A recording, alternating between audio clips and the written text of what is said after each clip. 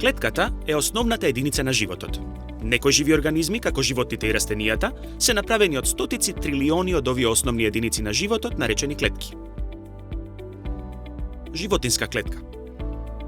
Типичната животинска клетка вклучува клеточно јадро, клеточна мембрана и цитоплазма. Клеточното јадро е структура која ги содржи генетските информации во форма на ДНК и ги контролира акциите и реакциите на клетката. Клеточната мембрана всушност е границата на клетката и се однесува како граничар, контролирајќи што влегува и што излегува од клетката. Исто така ги држи заедно соседните клетки. Во клеточната цитоплазма се одвиваат клеточните хемиски реакции. Многу хемиски реакции се одвиваат овде, како на пример дишењето. Дишењето се одвива во специјализирани структури, наречени митохондрии. Растителни клетки. Растителните клетки ги содржат истите структури како и животинските клетки, за кои што досега зборувавме. Клеточно јадро, цитоплазма и клеточна мембрана, но тие содржат и многу други структури. Например, тие имаат клеточен зид. Клеточниот зид е направен од целулоза и ја дава формата на клетката. Растителните клетки уште содржат и хлоропласти, кои се исполнети со материја наречена хлорофил. Хлорофилот има возможува на растителните клетки да ја абсорбираат светлината која се користи за фотосинтеза. Исто така, хлорофилот им ја дава зелената боја на растенијата. Растителните клетки содржат и структури наречени вакуоли.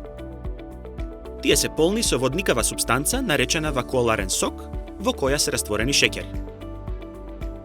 Вакуолите имаат задача да ја одржуваат формата на клетката и да складираат шеќери. Специјализирани клетки. Некои клетки се специјализирани, односно тие извршуваат одредени задачи. Специјализираните клетки кои ќе ги разгледаме се црвените крвни клетки, нервните клетки и белите крвни клетки. Црвените крвни клетки немаат клеточно јадро.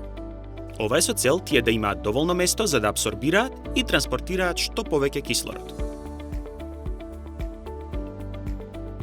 Нервните клетки имаат разгранети завршетоци наречени дендрити, преку кои комуницираат со други нервни клетки.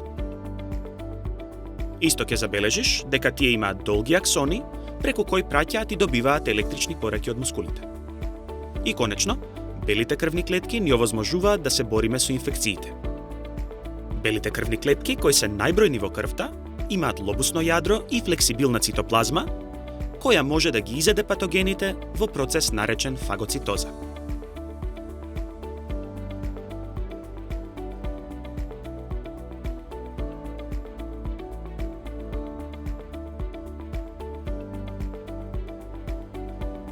Доколку ти се допадна видеово, сподели го со другарчињата.